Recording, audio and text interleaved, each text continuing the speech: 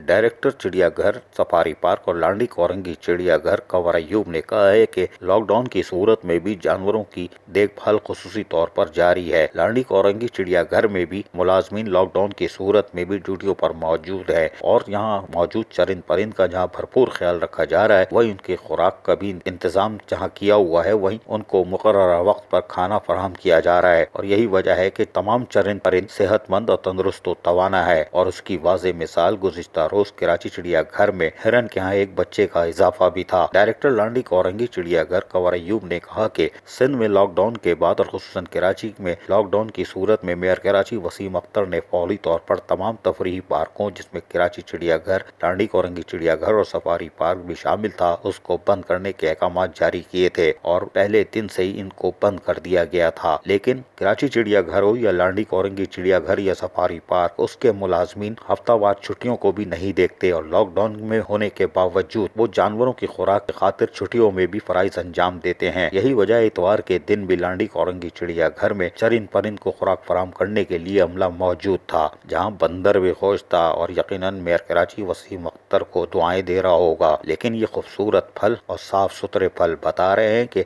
लांडी कोरंगी चिड़िया घर हो या सफारी पार्क या कराची चिड़िया घर, चरिंद परिंद का मुनासिब ख्याल रखा जा रहा है और उनके खुराक के म्यार पर कोई समझौता भी नहीं किया जा रहा। वाज़ेह है कि लांडी कोरंगी चिड़िया घर में भी लोगों की बड़ी तादाद मौजूद रहती थी, लेकिन लॉकडाउन की सूरत में वहां अब कोई नहीं आता, लेकिन वहां पर तमाम अफसरान और मुलाजमीन मौजूद रहते हैं और वो लॉकडाउन का फायदा उठाते हुए चरिंद परिंद के साथ साथ केजों की मरम्मत, दरख्तों की छटाई कटाई के साथ साथ बागात की बेहतरी के लिए भी कामों को अंजाम दे रहे हैं। डायरेक्टर कंवर अय्यूब का कहना है कि हम लॉकडाउन की सूरत में ज्यादा से ज्यादा काम कर रहे हैं ताकि लॉकडाउन खत्म होने की सूरत में लांडी कोरंगी चिड़िया घर आने वालों को एक मुस्बत और बेहतर तफरीही माहौल फराहम किया जा सके। अजीज आरिफ, KVS बलियाती न्यूज़, कराची।